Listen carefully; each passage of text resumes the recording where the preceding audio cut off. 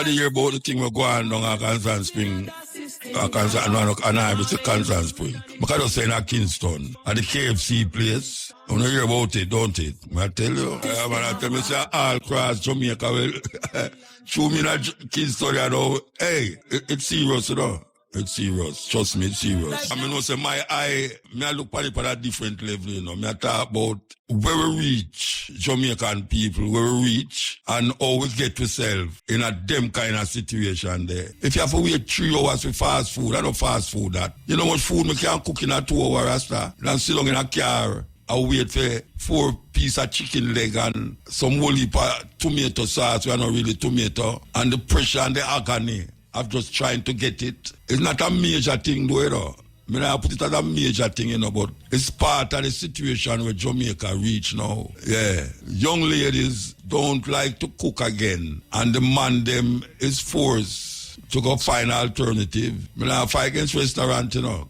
I mean, used to run one, but it reached the American level, you know, where we make American way of life look normal in Jamaica. That is why you see the man them, I wear them underpants and mesh marine, go a party. Yes, just like how the daughter them, I wear denim shorts and brassiere, go a party. And they say it rich. People are show off with what kind of shoes them buy from this place, what kind of designer this and designer that them have. And we know so only for them can't afford it. Can't afford it. But them force themselves to have it. And that is really a travesty in a Jamaica right now. Real travesty. But here we will continue the journey. That may I say. And when you get it, if you keep living upon it, my age is a far age for you reach. Yeah, far. You have people who reach up 50 and start ball already. Ball. They are doctor every day. At 50 years old, 40 years old, them they are doctor. And I like them fall down and broke them foot, you know. It's internal combustion going on in them. Where the people them don't know what to do when them find themselves in a situation that is not normal. Not normal. Like a hurricane lift off the top of your house. That is not normal. How much I want to have some, you know, them blue plastic where them have, where them people they put over them tent when them are sell. How much I want to have one of them down the yard. Everybody's supposed to have one of them blue, a trapal in them call it. Yeah, it's a plastic trapal in them. Everybody's supposed to have one of them yard now, especially now, you know. Yeah, man. And you know, plan, you know, say, you know, you have your mind on disaster, you know, but prevent is better than to cure them always tell we. That's why them tell you, say, don't drink and drive.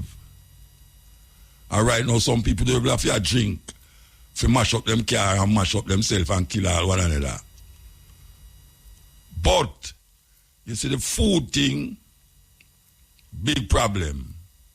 All we hear, Tufton are trying best. I try this and I try that. Tufton, you know, I tell the people them the right way and the right thing, you know. Because you're still involved in what is written and given to you by the American and the German them and all them something there. You can't come push that upon the people them, just like I want to push the vaccine upon the people them. You know, see, that most of them reject it and find alternative ways to fight it. And that is where we'll not give up the alternative ways where Granny know about. And even that extension, the Rasta man know about. Because it's very important. Right now, some people are searching for alternative ways. So they might talk about plant-based food and all them something there. You can't wait till you reach over 50 and 60 to look about them something there, you know. You're supposed to live a sick-free life. When you pass out 50, Because them say that a half a century. According to the Bible, them say, and the days of man shall be almost 70. 70, yeah. One on one's need them granny thinking, especially at this time, yeah. Can't wait for politician and can't wait for the ambulance to carry got to that. 20-year-old, 30-year-old, 40-year-old, them have diabetes. Over 20-year-old youth are going to get diabetes, Rasta. Them start to tell you, say, oh, you inherit it. Inherit what? 20-year-old, 30-year-old, 40-year-old have all sorts of sickness when my granny never have. I'm reaching out, what I'm calling it, grandpa days. Grandpa days now. I see some young people I hear some young people have some sickness, and I say, oh, you get that? And you're just 20-year-old. Oh, you get that and you're just 30-year-old. It's strange, man. Strange. Me reach a stage now where if the sickness reach me, I say, well, me reach a stage. Me reach a stage. We don't give up, but we reach a stage and say, well, I just say it now because my life, me pass the stage now when nothing supposed to happen to me. You know, see, me reach the stage now where things supposed to happen. And me understand that. Me know no whole heap of, you know, this and that about it. Me live in a world where see a certain way, and anything will happen out in the world can happen to me too. So it's not that me I expect it, but me I say, if it happen to me now, me not gonna feel like say my life never live good, and my life never this, and my life never that. Me live a good life. And me don't want it to happen to me. But me still I take precautions. Still, we're going to take a break, a little round and I check certain people. You know, say you have youth in a Jamaica where we reach all nearly 40. We never see a live duck. It may sound like a weird thing when Muta talk about see life. So what that have to do with life? No, serious thing. You have youth in the ghetto, in the garrison them, and some parts of Kingston. Will never see a chicken, a live chicken yet. Him name it every day. But him never see a live one yet. And you talk about duck, that worse. That is a creature where is extinct now in Jamaica. So we're going to see some mechanical things that move up and down, AI robot business. You know, me see in a Donald Trump parade the other day, them have some mechanical, a dog, them want to say a dog, a walk, a man a guide them mechanically, where them make it in a for war. War, just like how them a make the drone now. Instead of you put humans at risk. You have drones now, for Lego to bomb them and kill people. It kill people. When they mash up the drone, it no make no. It's a problem to them, but it's not a problem to them. Now in Jamaica, we are strive to be like America and behave like America. And if we don't like we don't see where we are going in America. We have our own little way. We come from, our ancestors come from Africa. And we have our own little thinking, own little way. But we adapt so much of the slave master, the British, and nowadays the American way of life. That we don't even understand ourselves and how to do things in a way that don't jeopardize our children coming behind us. That when they reach our stage now, them is not like AIs. Because you have a whole heap of youth AI now. Yeah, directly AI. Them can't operate without them cell phone. can't. Them have to have a computer for do things when normal human beings supposed to do. People don't want to cook at them yard again. Well, give them, say them have work for going on them something there. But at least, man, at least, you know, man, I talk about him there, him there in a line from 6 o'clock and him there at 3 hours. Man say him there at 7 o'clock and him there at 3 hours. I wait for some chicken leg. Yeah, and that be the fast thing, you know. So far me attack, I will come back out to the chicken leg. Yeah, I mean, like, really, and that's how rich black people, eh? You sit down, let's know, you know how much food you could have cooked at your yard and put it in a little box or plastic, one of them bowl with them have where you cover up and carry it, go and work with you. Eh? Because when you left here, you never know you're going to take 2 hours to find some food. Because you buy the food now because you never make no breakfast. Or you buy the food as your lunch. Every workplace should have a kitchen. And that means every place where people work should have a kitchen and employ a chef to look about real food. If it's even the people that have to buy the food. Yes, nothing wrong with that. If it's even you have to go buy the food, at least you have to stay upon the compound. One, if everything happen, you can't get called. Plus, more than likely, the food you get in the compound by the cook, by the chef, is normal food where you would have cook at your yard. With the whole heap of this and the whole heap of that and the whole heap of poison where they put on the food and all them way there. Some people don't even know what real coconut oil smell like, even taste like. Real coconut oil, Jamaican coconut oil. They don't know how it smell, they don't know how it tastes. Because them used to the little refined coconut oil where I come from Trinidad, or it come from Philippines, or it come from which part it come from, and them have the corn oil, soya oil, all them kind of oil that we have, I put power food that we don't know what. And we have coconut here like worries. There are your coconut blow down half a tree because but it come back. That's like how the plant them and the banana them come back. What we have to do is sell people. Get back to reality, man. We are living in a dream world. Fantasy, illusion. We are grab at things we're not dead there. But when mine, I tell you, say dead there and it's not dead there. Because when we grab and open out, we don't see nothing. Nothing at all in our hand. And we in our brains, I think. And some of us can't cope.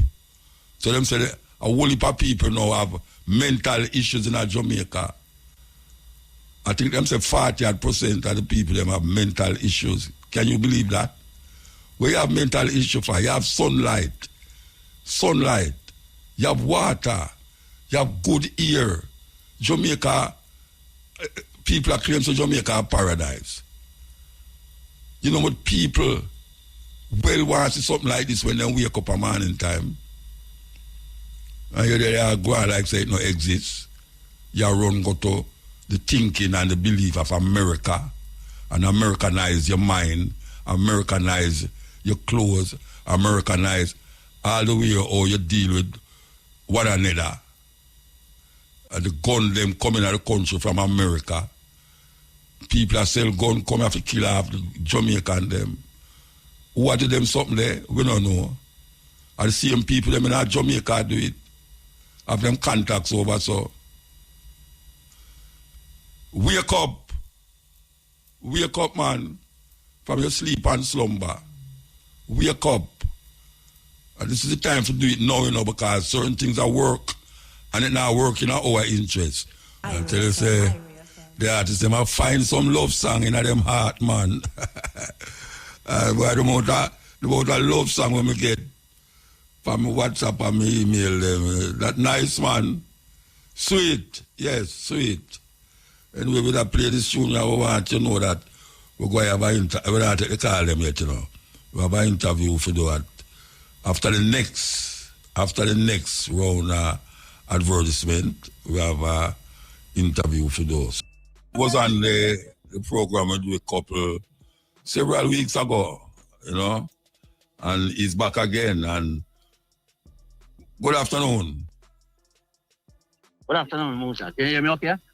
Yeah, man. Remind the people about your name and all them something. You know? Remind them who you be.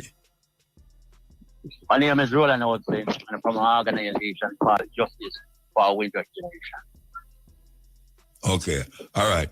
I see you have about Sunday is Windrush Sunday. What is I never hear about it yet, but tell me what is Windrush Sunday. What is Windrush Sunday?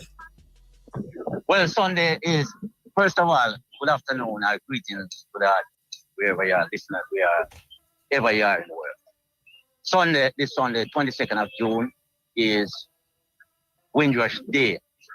Windrush Day because on the 22nd of June, 1948, was when one of the first ships to the UK carried individuals from the Commonwealth to Britain, rebuild Britain after the Second World War. World War, yeah. That ship was called Windrush. It's a German battleship that was seized by the British from the Germans during the Second World War and renamed after a village or a river in the UK. That because that ship was one of the first ships, because back then, as you know, Muta, people used to travel on ship. Yeah. Not on plane like you're doing, you know, Muta. Right, so they used to travel on ship then. So because of that, the Windrush generation, those individuals who traveled from 1948 for 71 to the UK were called the Windrush generation. So Windrush Sunday, 22nd of June, and because 22nd of June, 1948, that initial trip, so to speak, though there are many other people from the Commonwealth that were in the UK long before 48. Yes, there are other ships and other individuals were there from 16th, 17th century and even before that, you know. So how you going to celebrate it? How you going to celebrate it? Well, it's going to be quite a number of activities that will be held in the UK. Quite a number of activities will be held in the UK. But in terms of Jamaica, there's nothing fixed as such specific for that day. However, there will be events coming up later on in the year, in early August. 1st and the 2nd of August. The 1st of August, we will be at poolside at Harborview. And then the 2nd of August, and you would have heard this location before, Muta, we will be back again up in Ramble at Kynes Lawn in St. Thomas. And those 2 dates are significant. I know many individuals would rather this Sunday, the 22nd, with it being Windrush Day. However, as you know, we will be close to Jamaica's independence. It's that weekend. Jamaica again, independent. It's independent. The 1st of August, Emancipation Day too. Right, exactly. So that is significant. And when Jamaica gained its independence, another Commonwealth country, those individuals, though they were born as British motor, after Jamaica gained independence in 62, those individuals, those Jamaicans who were British prior to independence, wherever you are in the world, would have lost your independence. Sorry, would have lost your British citizenship. Okay? So in order to retain or reinstate that British citizenship, you would have to go through a process, i.e. to naturalize if you were in the UK to gain back your British citizenship, so to speak. Those that were outside the UK, not only Jamaicans, those individuals from the Commonwealth, that their country gained independence, they would have lost their citizenship and would not be able to reinstate it, so to speak, because they're outside the UK. So with all that said, Muta, 1st and the 2nd of August are significant dates, and those individuals that are interested to hear more about the Windrush generation and hear more about the Windrush compensation schemes, both the state of scheme and the compensation scheme, 1st of August, Poolside Harbourview. 2nd of August, Kynesland, Rumble District, St. Thomas. At Kynesland, we'll be hosting an event. It's called Windrush in Session. Windrush in Session starts at 12 noon, from 12 noon until 8 p.m. That is the fun day element of it, Muta. From 10 a.m. till the early hours of the morning, we'll have Windrush in Session extended. That we're going to have a live band, a number of artists will be there, music, and the Great Bodyguard sound system will be there as well.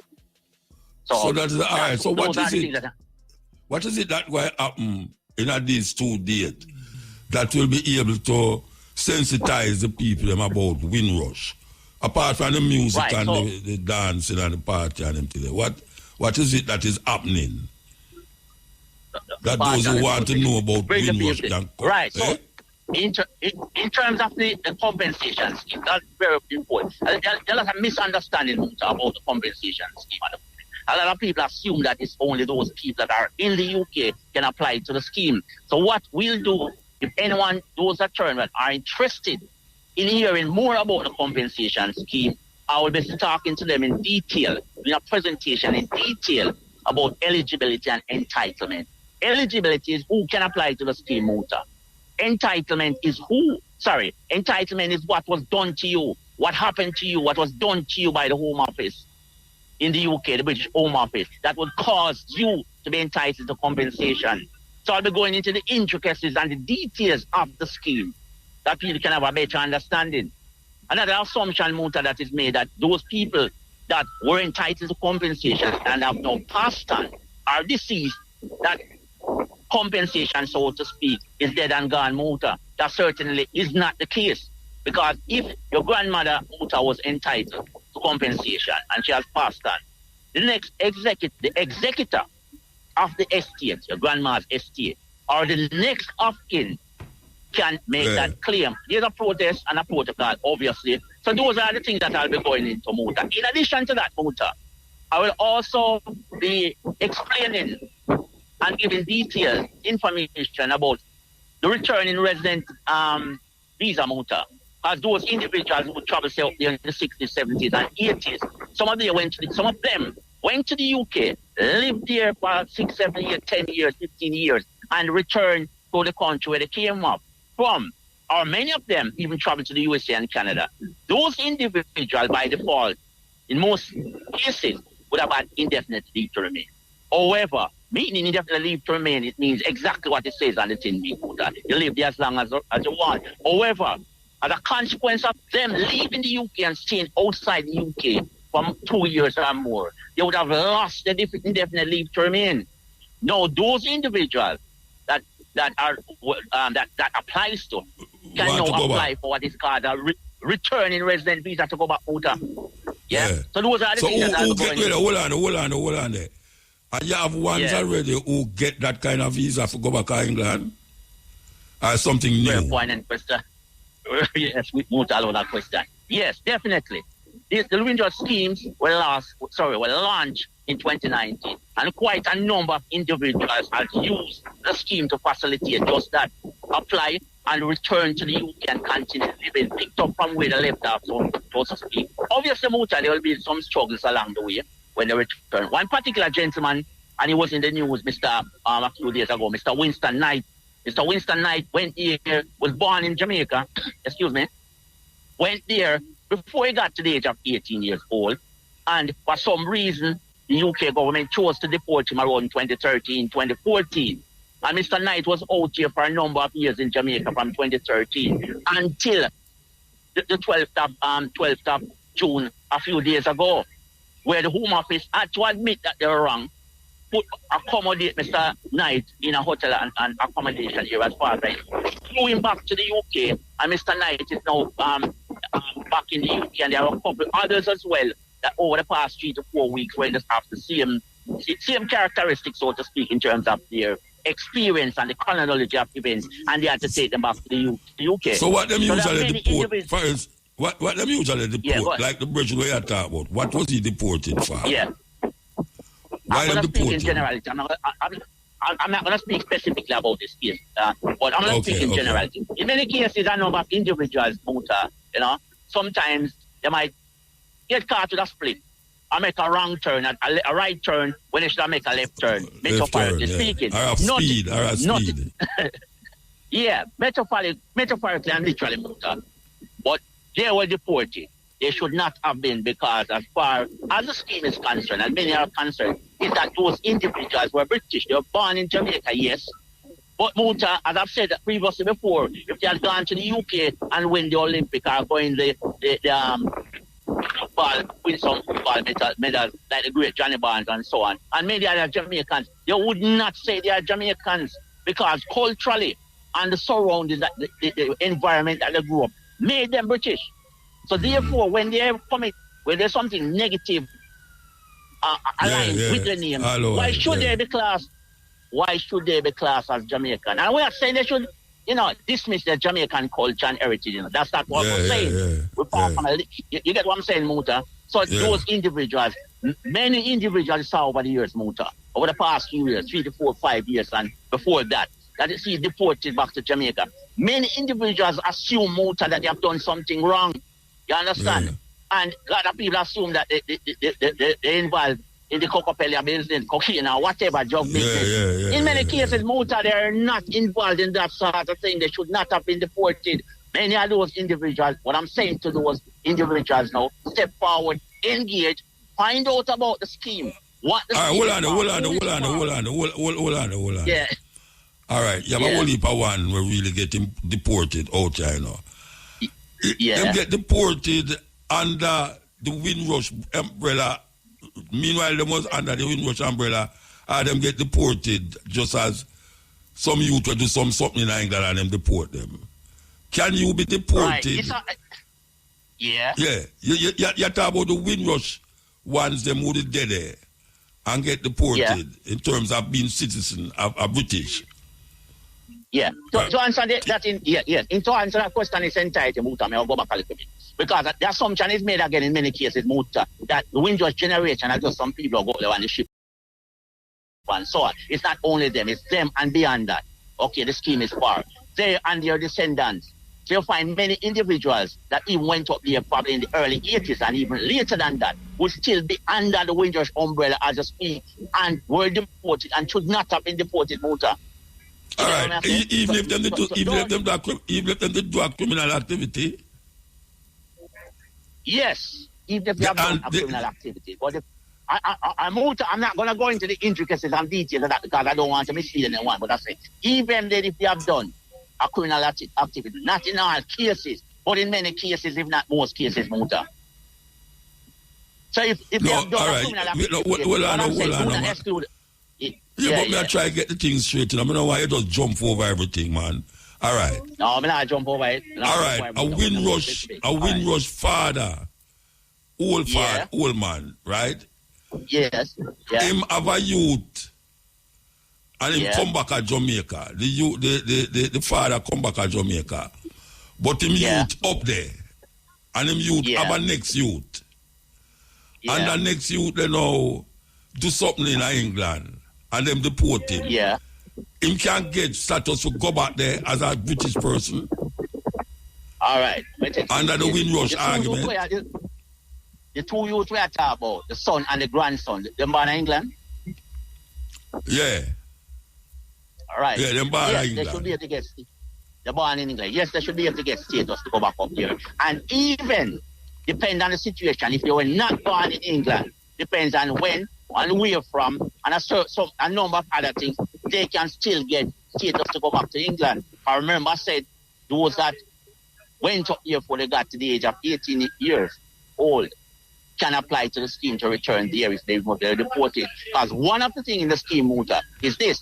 If your parent or grandparent came from a Commonwealth country, that Commonwealth connection, that's what you need to understand. You can apply to the scheme, depend on the circumstances. But there are many elements to it, Muta. So we need to understand different stages and different elements of it. And the only we will really understand it, Muta, is to engage with someone like myself. Talk to me and I'll talk. Well, that's why I'm talk to you. The details. talk through the details and the intricacies of the scheme that you can understand. And it's not only Roland Oslin that's doing this. There are many others out there that doing similar things to what I'm doing. So there are many advocates out there. Most important thing, if your parent or grandparent came from a Commonwealth country and you've ever lived in the UK, you need to be finding out about the scheme. If you've got parents that travel, or family members, or friends that travel to the UK, whether they are deceased or alive, you should get in touch with myself and others to find out about the scheme to see if you're eligible and entitled to compensation or the returning resident visa or any other visa. In fact, what you should not do, Muta, or anyone else, I mean pluralistically, do not make your decision based on assumption, engage, get into the understanding of the scheme, what the scheme is about. Go on Google, type in Windrush compensations, type in Windrush, type in Roland Oslin, and I'm going to give my contact details out there. Get involved, get engaged. You may not be interested in going back to England because England is a very cold place, but you may be entitled to some compensation. Are your grandchildren, or your grandmother's estate, or grandparents' estate may be entitled to compensation. Get in touch, find out. Let me ask you a question. If my parents or whatsoever was part of the Windrush generation and me never go live in England, can I claim for them on behalf of them without going to England at all? Yes, Muta. You establish, just treat it like, say, them dead and leave a house in England.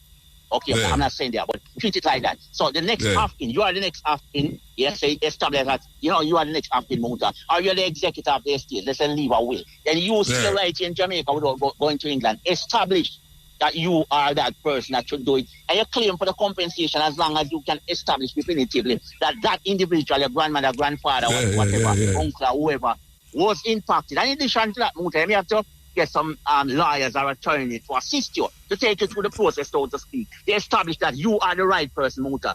The compensation scheme will put up to £1,500 for you to engage with the lawyer and for the lawyer to facilitate that process. That means you have a house in England then. What up this Papa way I say me have a house in England for go claim. Yes, Muta. Yeah. Yeah, we have a house in England for claim. So Muta, whenever you claim it, get in touch with Roland Oslin and he will show you the process. That's what you need to get in touch. I'll get in touch with you. Man. Yes, do that. The telephone number for that, Muta, is a WhatsApp number. You can call straight, but you can do WhatsApp as well. I don't want the house, I just want a lump sum. I don't want the house. Whichever work you want. So however, the first thing you need to do is talk to Roland Oslin. When you speak with Roland Oslin, he will show you to get the lump sum, and you get the lump sum, you go from there. Telephone number is... Give me the telephone number where the people them can contact you. This is the telephone number, 44799917811. Come again, man. Say the thing right now, man. 44... Yeah, 44... Nah, yeah, you know. 7... Yeah, you hear me now? I'm gone. No, I'm still there. Yeah, you hear me out? No, I don't know what happened there. You might talk, but can you hear me? No, I don't know what's going on here. I don't know. Yo. No, I don't. Yes, can you hear me, Muta? I can hear you, Muta. I don't know what's happening. I'm hearing you. FM really rocking, you know? I don't know where I'm going. It seems there's a technical Muta. That I can hear, I don't know where you're hearing. Yeah. Who don't there hear me? Nobody now hear me down there. Oh, me hear you now. Oh, I know my line up down there. Me hear you now. Him still there? Well, as me go defend my lump sum, him come in back, brethren. Boy, I'm a lump sum, I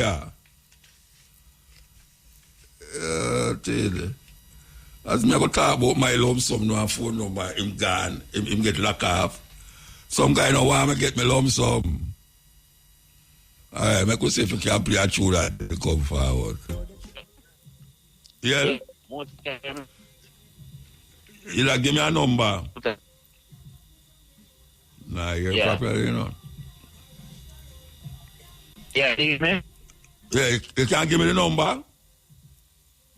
Yes, I can give the number. No, it's plus 799 999. Wait, no, hold on, man. Plus 799. Yeah? Plus 4 7 9 1 1 1. That is 4 7. I hear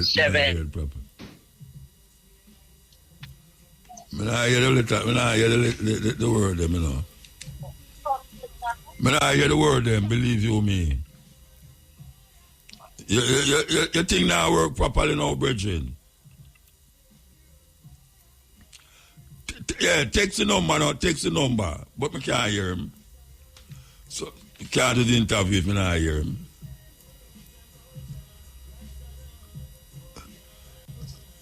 At 4 o'clock anyway, it'll have to done still. We have to go about this. Well, it's supposed to done by now still. We give thanks to the bridging. Step up to the plate and I really want to text number there.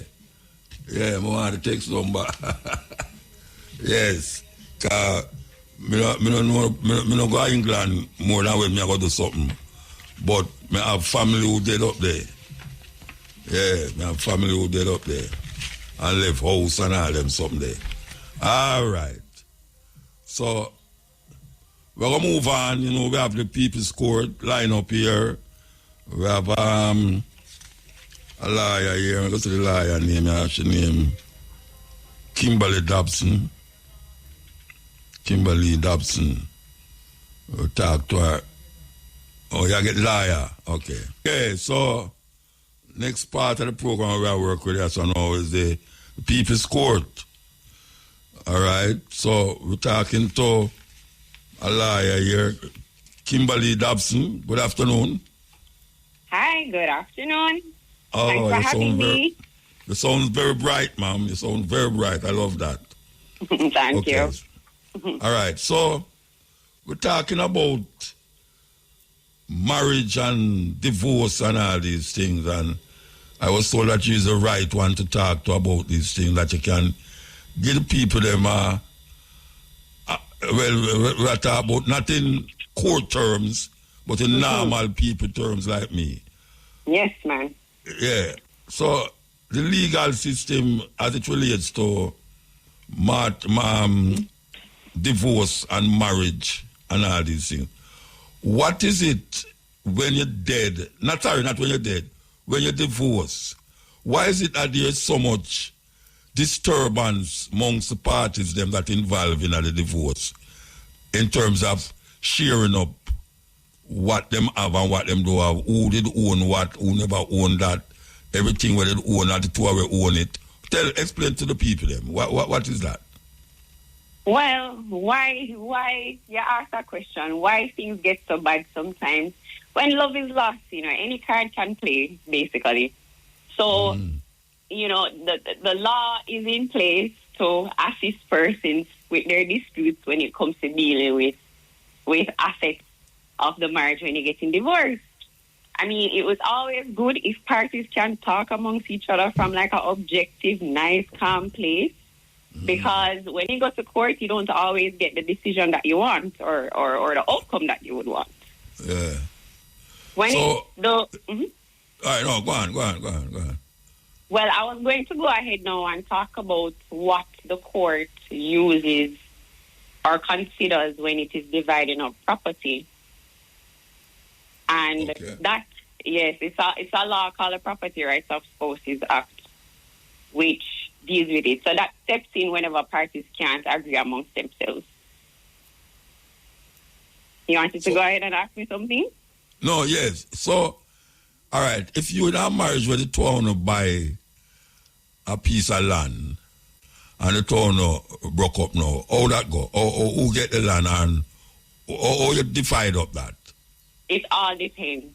So what is this land? Because the act deals with family home different from the other things you may own in the marriage. So if this land is like a piece of land that where the matrimonial home is, what the law calls a family home, then the law provides that it is 50-50. But you can fight that. If it is, you can show the court that it is unfair or unjust that this person should be entitled to an equal share based on how we buy the property or what we had agreed. Some things that persons that use a lot is that the marriage was of a short duration, or the property was inherited through a family member before they met their spouse, or they owned the place before. So it all depends. But let's say it's not family land. Let's say it's not the place where you live ordinarily every day as your matrimonial home. Yeah. Then the court will divide it depending on the circumstance. So it's not equal 50-50 in that instance. Explain the circumstance. Explain this because the two of them, remember me, the two of them buy the land, you know. Oh, right? both And the two of them, it depends on the papers that is Mr. and Mrs. whatsoever depend it. And now them divorce. But if it's family, so let's... No, it's not family land, it's not family land. So it's other land now, right? Yeah. Okay, so when it comes to other land now, the court look at many things. Well, I shouldn't say many, but a lot of things. So they will consider contribution, both financial and non-financial. It will consider how long the parties were married, if there was some agreement at the time when they were buying the land between themselves, how it would go, you know, probably their conduct towards the property, who took care of it, who did what. If it is, and as I said, they talk about contribution, both financial and non-financial. So non-financial contribution can look like a spouse giving assistance to the other person in terms of like helping them in their business so that they can make more money for the benefit of the family. If they took care of the house and the child so that the other spouse could focus on other things for the benefit of the family. Maybe the woman would have given up like her career to focus on the house and the child so that her husband can go out and make the money for the family. So the court will look at that. All of those factors or any other thing that you can put to the court to say, no, judge, it's fair or unjust that while the 12 hour name on it, he or she shouldn't get equal share as me because I did more. So it all depends on the circumstance. So you pay for the house. Well, what them call it? You lease, you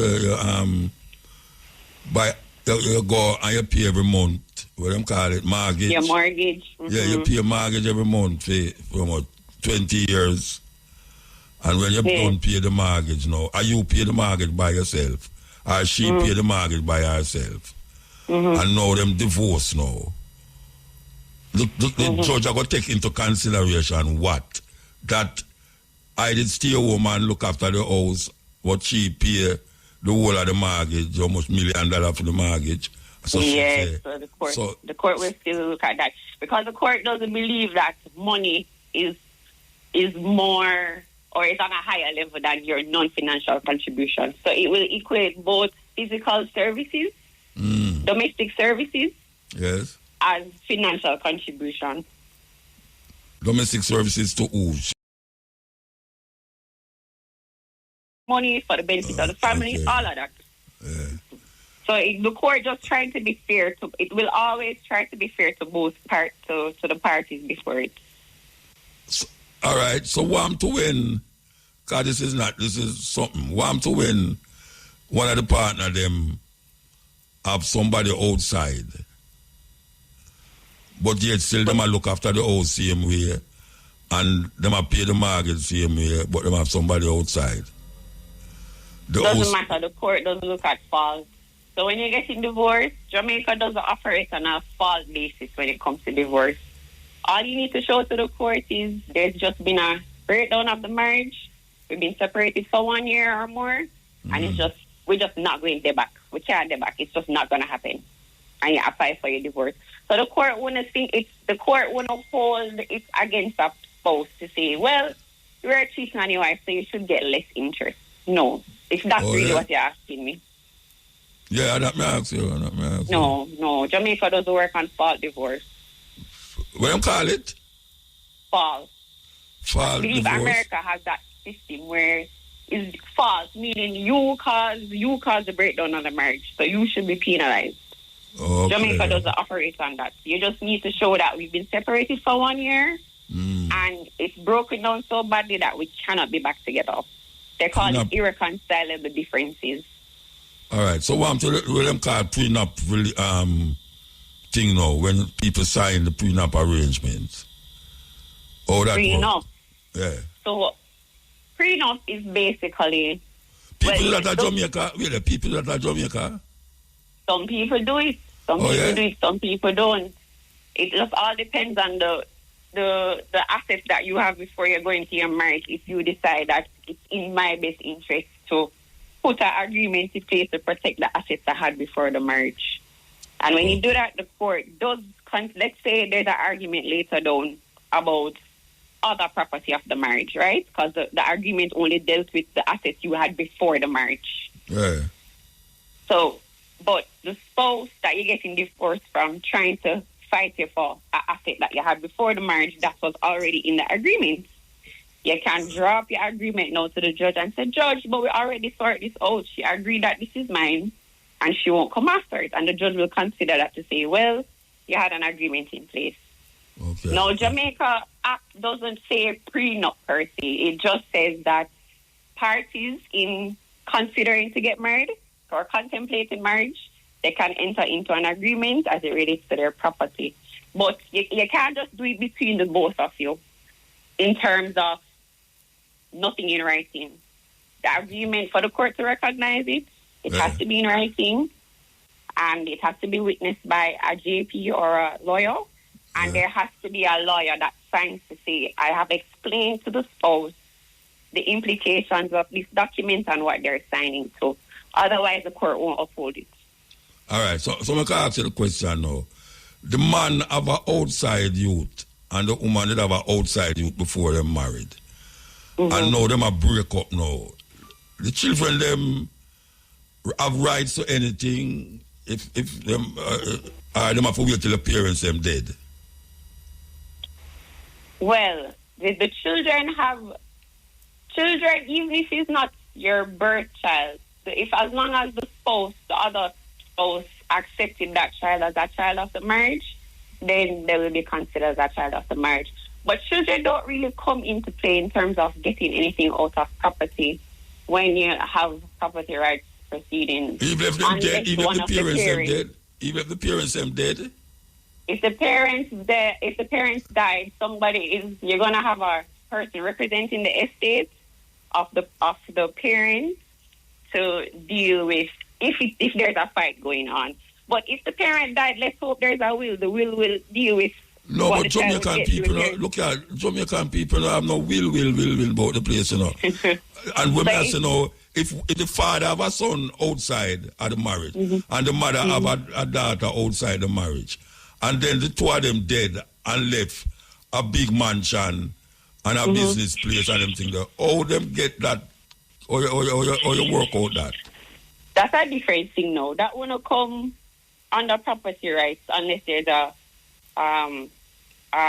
debate about who is entitled to what. That would fall under ordinary. If there's no will in place, it would fall under what we call laws of intestacy. So intestacy would say, well, no will is in place, so the law determines how any asset of a deceased should be shared. How them decided? How them decided? Well, I don't know what the legislator used to decide it, but he writes it down. He writes it down. So, under intestacy, if there's no spouse alive, then the child or children would inherit what the parent left behind. Yeah, no, I know them would inherit it, but one I go say him are the older one, or the other one I go say him are the younger one, and one I go say me not have no house. And that is where family broke down now. That is where you hear man a chop up people for family dead left and all them something. Dead left, right? Yeah, man. That's something different from property that you're trying to share up during a divorce. Okay. That would more be just like you're bringing somebody to court for the court to determine who has the right to own this piece of property, which would be a different set of principles applied to it. Well, that's why I'm going to ask now, what is the logics that govern that? When the two people them now reach a stage where mama dead, father dead, left the house, and now who are going to decide what is what and what is not? How them decide that? The laws of intestacy would decide who gets what. But the laws of what? The laws of intestacy. So that's what comes into play if somebody dies and no will is left. So the law will say who gets what. And if there's, let's say the spouse died and the spouse didn't have a spouse at the time they died, right? Then the children will get everything. But let's say the spouse died and the other spouse is alive, then half of everything would go to the spouse that's alive and the other half will go to be shared among the children. Okay. Yes. All right. Yes. All right. Hold on. We're going to take a break and see where we can come to conclusion of this thing. This is the stepping ways. Out in the People's Court, and very interesting argument going on about marriage and divorce, which is a big thing in Jamaica. Yeah, marriage and divorce. Wife is a stepmother for the picnic, right? The man you to know, but the man own the house where the man and the wife and the picnic live in now. The man and the wife divorce. What is the status of that child in the realms of the thing? If the child was accepted as a child of the marriage during the marriage, the man child, yes, it's gonna be treated as a child of the marriage. So when you say no, the court don't make a distinction if because the child is only a child of one parent. As long as the other spouse accepts the child and is considered a child of the marriage, and that child will be entitled to the usual rights that child is entitled to. Okay. And if the child is not where the two of them disagree, the child and the stepmother can't get on because the father dead, and the child never did like the mother for a long time, but the house belonged to the father, but obviously it belongs to the two of them now, the mother and the child and the father. So is there anything that the child can do to upset the whole apple cart now where the mother get what she deserve, or the court are going to look at it and say, since the child is the bloodline of the child is the father, she should have be the one to receive that. How them work that out? Okay, let me see if I understand what you're saying. So are you saying the father died, leaving the child and the mother in the house, but the child is upset that the mother is entitled to the house? The mother, them can't get on in the house. The wife is the stepmother, of the child. Right. And them can't get on in the house. What can the mother or the child do to alleviate the problem? Because she now give up the house, the child now left the house, but them can't live together. What is the outcome of that? How them work out the house part of it? Well, the child has no right to the house. It's not the child's house. It depends who is on the title. Whose name is on the title? Who the title? The father is on the title, and the mother is on the title. The child is a child. The child should stay in a child's place. If the child is under 18, they just have to stay there and deal with the situation. But let's say it's a thing where the child is over 18, and they believe that for some reason the mother should not be entitled to this property. They can apply to the court, but they would have to do a particular application to basically to stand in the shoe of the father to challenge the mother for whatever basis. Because the child itself don't have a right to that place.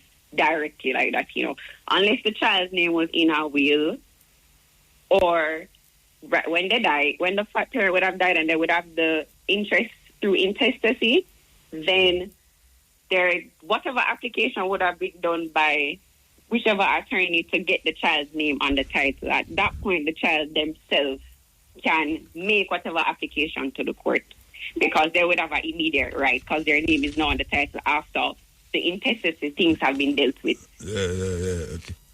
Right? Yeah, I hear what you say. I will if a pitney I go like that when them hear that. Because them feel right. for them father. Yeah, people tend to believe that once a parent dies, you automatically own the house. No. If there's no will, you don't automatically own the property. You just have an interest in it. So certain steps would need to be taken in law so that that child's name can go on the title through inheritance. Okay. All right. So give a little overview now of what we just talk about and what the people them should remember in this conversation when it come on to divorce and man and woman thing. Tell me, just give them a little run up of what them should remember and what them should really take heed to. Well, what I will say is this. When persons are going through their breakup, they tend to be very emotional and not logical. I would say that it's always best when the parties have talked about it and decide that, hey, we're just not working out. We need to separate. At that point, I think it's always better if the parties themselves agree how all the affairs of the marriage will be dealt with. Who gets what, who the child would live with, how the access going to go, how much maintenance you should get the child should get per month, who gets what out of the house, in terms of furniture and so forth. Because when you go to court, the court doesn't always give you the outcome that you want. So it's better you try and figure it out yourself. And it may take longer than you want. And sometimes you just want to put that part of your life behind you and start your new chapter. Okay. So I would say try and work it between yourselves. And where you cannot work it between yourselves, then you see the assistance of an attorney at law and not a village lawyer. See the assistance of an attorney at law, so the attorney at law can guide you based on the law. I'm not a village lawyer. I'm not a village lawyer, yes. Yes. You know how that goes. I know what the problem. Especially if they've been like the man or the woman from a long time. Right. You just never know who you're listening to, Yeah, so it's better you go to the professional. Go to the professional, let the professional guide you. So you still practice this thing, and suppose somebody will listen to you and say, well, we really want to contact the lawyer there, or we can't do it, or you just prefer to just keep yourself off of the year. How it go? No, man, they can contact me. And they can email me. My email address is KIMBERLEEDOBSONLAW@gmail.com. Or they can call our business line at 876-550-5984. All right, I have the number then. All right.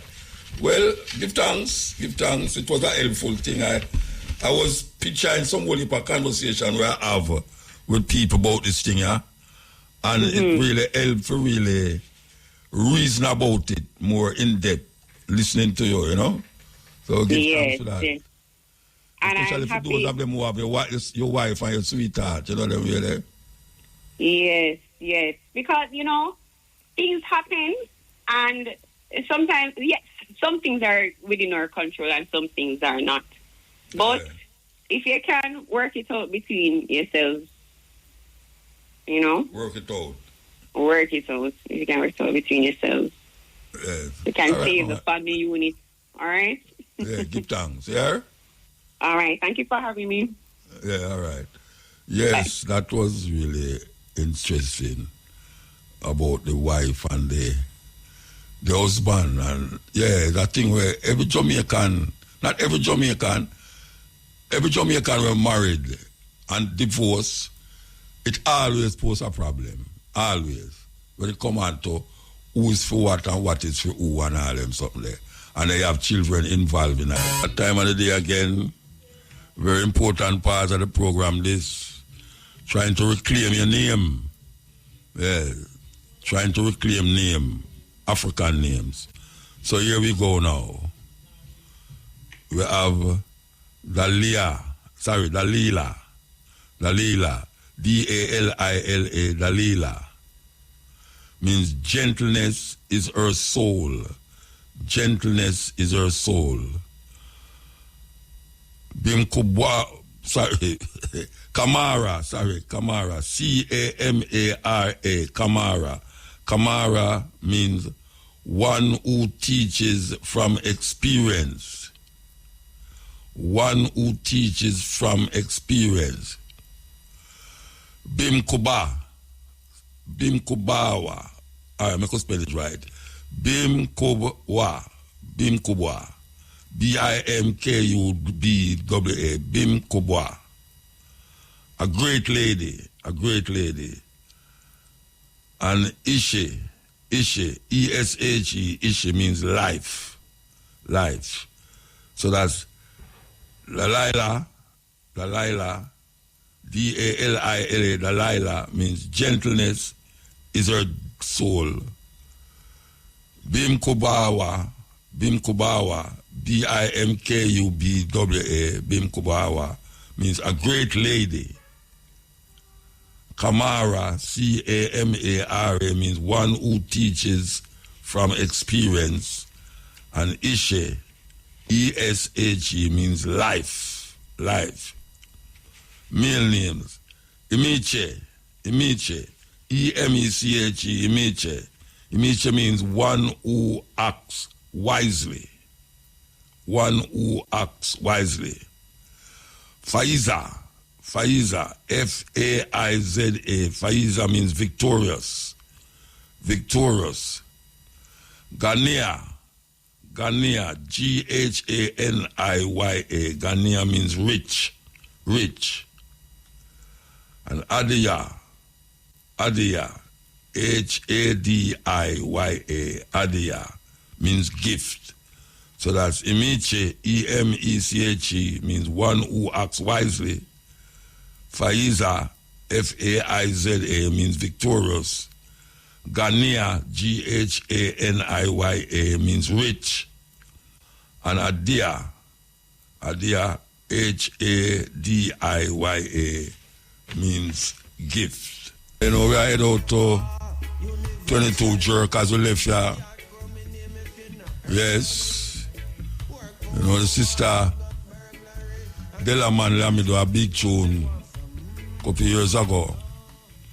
We have to pay respect to her, you know, she's sick.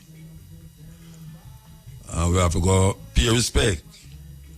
So we are head out to a Barbican Road, 22 Barbican Road, a Jerk we go, yes. So this time of the day we usually feature artists.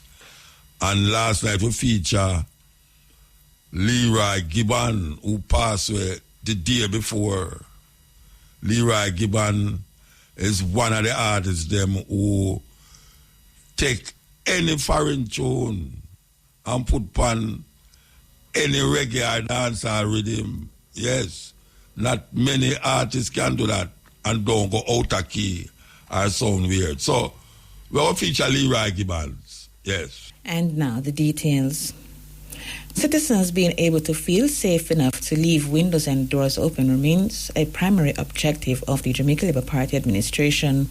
JLP leader Prime Minister Andrew Holness highlighted the promise while addressing party supporters in St. Mary yesterday.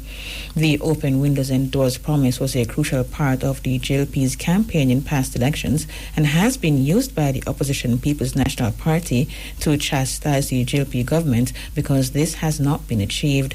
Dr. Holness outlined the gains made by the police force in recent years with crime reduction, especially murder. The Prime Minister said the overall objective is to have a peaceful country. So yes, we congratulate our security forces, but we at the same time explain to the people that it is the policies of the government that has made the crime-fighting effort effective. So it is plain that this is an area in which your government has had tremendous success. But I want to put that in another perspective. The reduction in murders and other major crimes is good, but what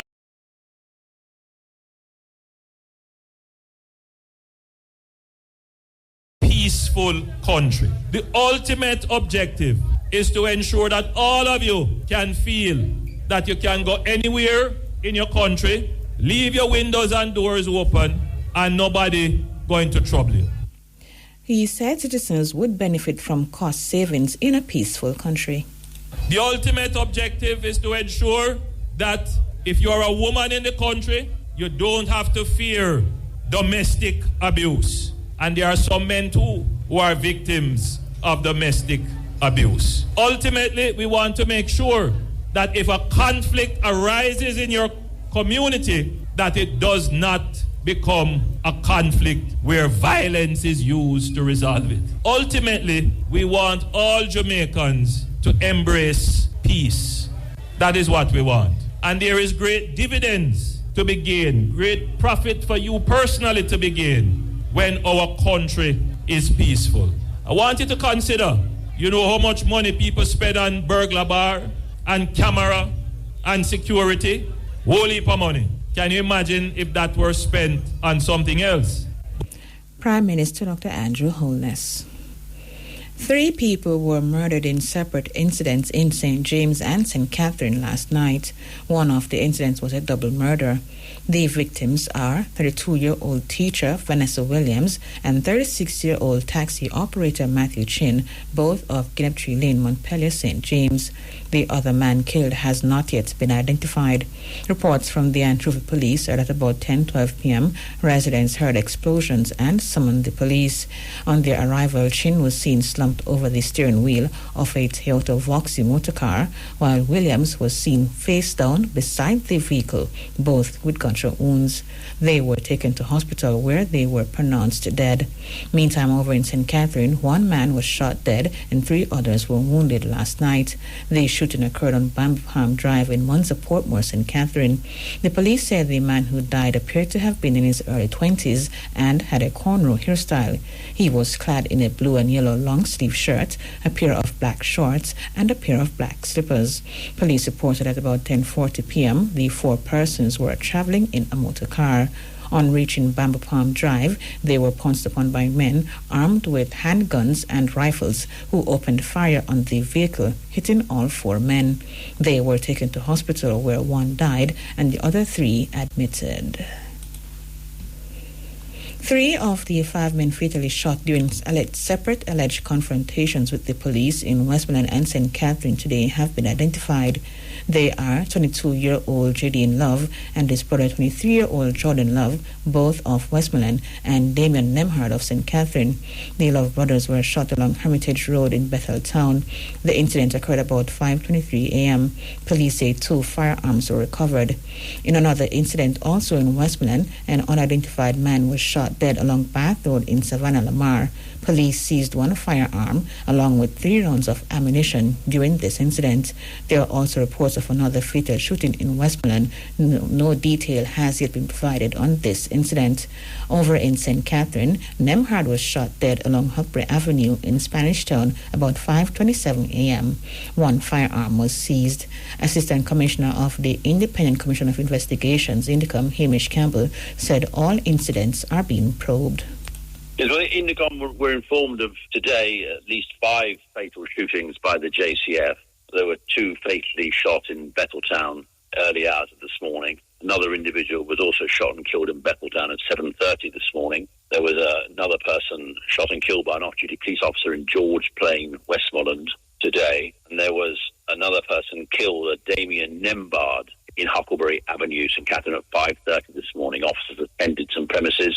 They were confronted by a man who's reported as having a firearm, and in the threat which the police officers perceived, they shot and killed him. But all these matters, these 5 fatal shootings, are being investigated now. We don't have any further information which I'm able to provide at this time. Assistant Commissioner of Indicom, Hamish Campbell. Gunmen who remove serial numbers from illegal weapons in an attempt to make them untraceable are being warned that their efforts will fail. This as the Jamaica Constabulary Force assures that its Forensic Services branch has the capacity to function at internationally accepted standards. Speaking with RFM News during the JCF's Transformation Expo at the National Arena today, Operations Officer in the FSB, Deputy Superintendent Miguel Bernard, said that it's a criminal offense to alter firearms. He said the offense can result in a maximum of 10 years imprisonment. The Forensic Services branch, which is a branch within the crime and security portfolio, we have 5 strategic priorities: wanted persons, linked investigation, focused deterrent, and gang investigations. So what is done within the Forensic Services branch is directly tied to those strategic priorities, as well as the strategic priorities of the Jamaica Constabulary Force. And so it is important to remind the public that it is a criminal offense as per the Firearms Prohibition, Restriction and Regulation Act of 2022 to remove or alter any mark on a firearm. And this act now makes that a criminal offense which did not exist before, and persons should know that in the parish court you can face up to 5 years imprisonment, or in the circuit court up to 10 years imprisonment for altering or removing any mark.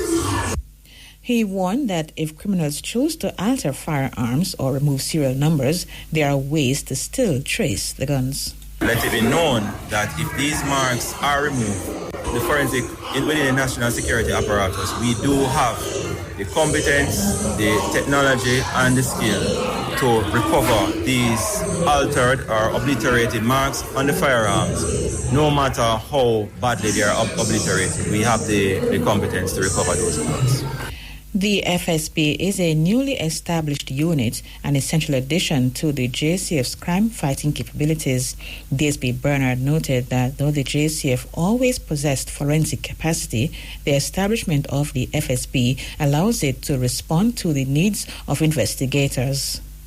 Our forensic services were historically under 2 separate branches in the Jamaica Constabulary Force, namely the Criminal Investigation Branch that would have the traditional forensics aspect of it, so that's the fingerprint, the ballistics, the question documents, the traditional forensics that was under the Criminal Investigation Branch, and the Cyber Forensics, which is the Communication Forensics and Cybercrime Division, was a division under the Counterterrorism and Organized Crime Branch.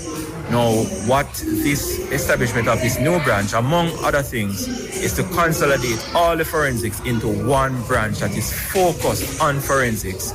So you now have the Technical Services Division that deals with the traditional forensics, and the Cyber Communication Forensics and Cybercrime Division within one newly established branch. So it is not that we weren't doing forensic science before, but now we have a branch that is solely dedicated to building out forensics and enhancing and improving operational readiness, timeliness, and enhancing the product in general. Operations Officer in the Constabulary's Forensic Services Branch, Deputy Superintendent Miguel Bernard. Police Commissioner Dr. Kevin Blake says the Jamaica Constabulary Force will continue to improve its quality of service to citizens. Dr. Blake made the comment during the JCF's Transformation Expo at the National Arena moments ago.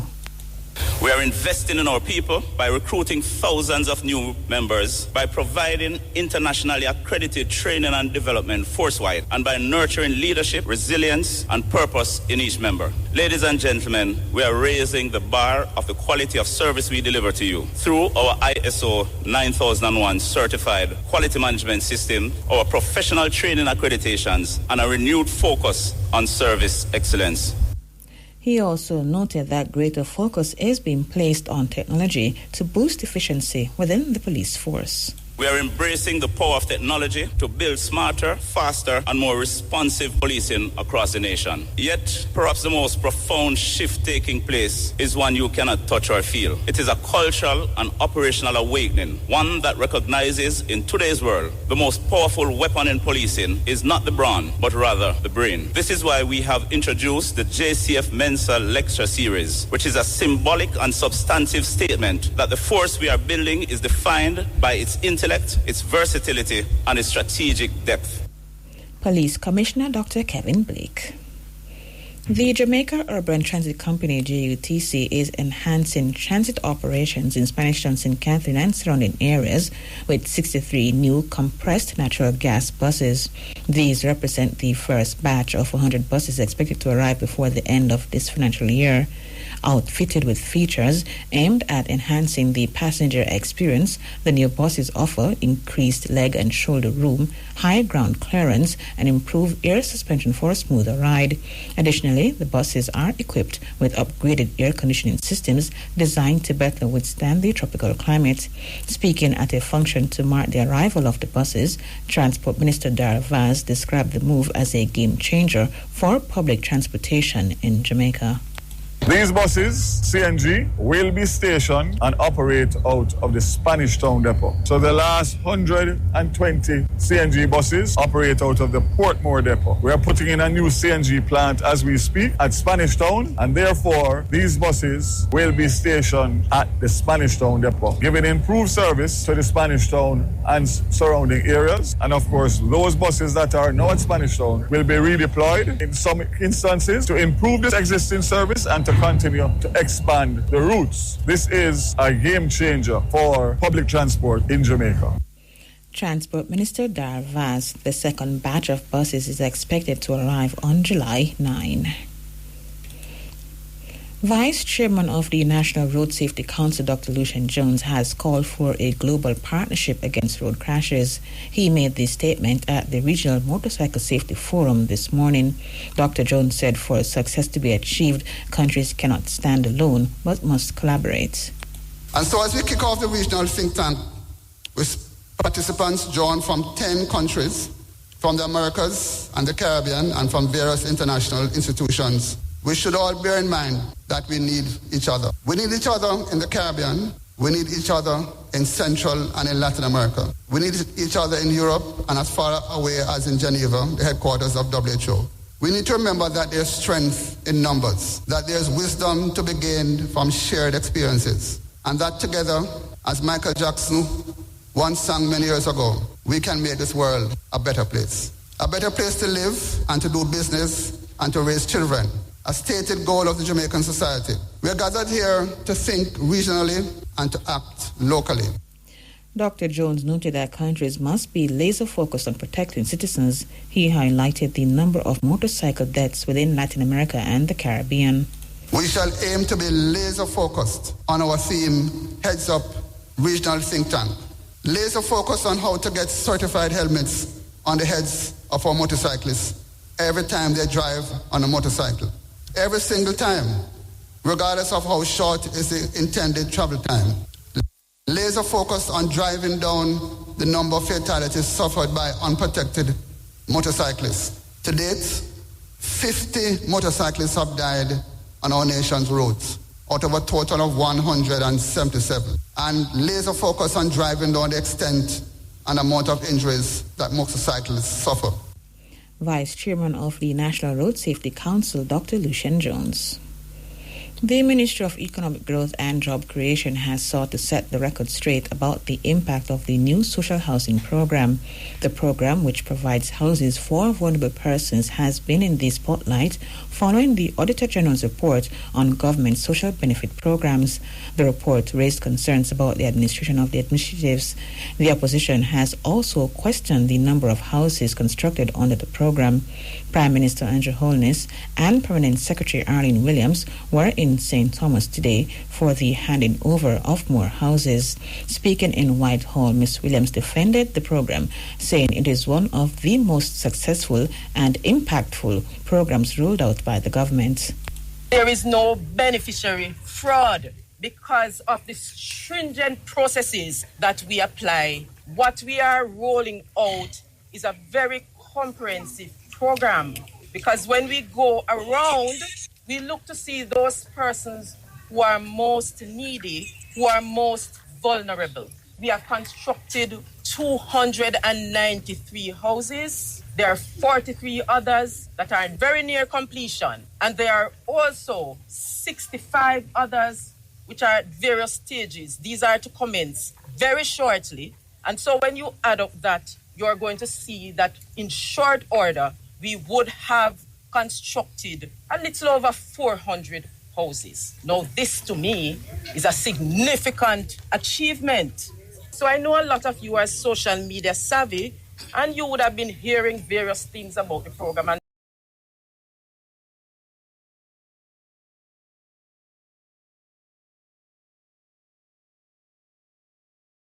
who is the Minister of Housing, has instructed that more houses be built and that the projects go at a faster rate. We have heeded to what the Prime Minister has said. And as a matter of fact, where houses were taking months to complete, we can now do a house in a little over 3 weeks. If that is not an achievement, I don't know what is. This house took 5 weeks to complete. And because of the terrain, it took a little longer. So I'm saying to you, hold faith. Have heart. As the program is the Hope program, I want you to maintain that hope, because more houses are coming and they are coming to you at a faster rate. Permanent Secretary in the Ministry of Economic Growth and Job Creation, Arlene Williams. The ministry has indicated that there are challenges as this aspect of the program requires persons to own the land or have permission to build.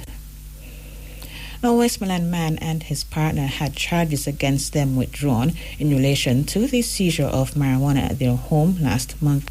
Jermaine Jackson and Melissa Blake were charged on May 27 after police seized over 70 pounds of marijuana at their premises. The couple's attorney, Dr. Marcus Goff, told IRFM News that his clients were on bail with a court date for Tuesday, June 17.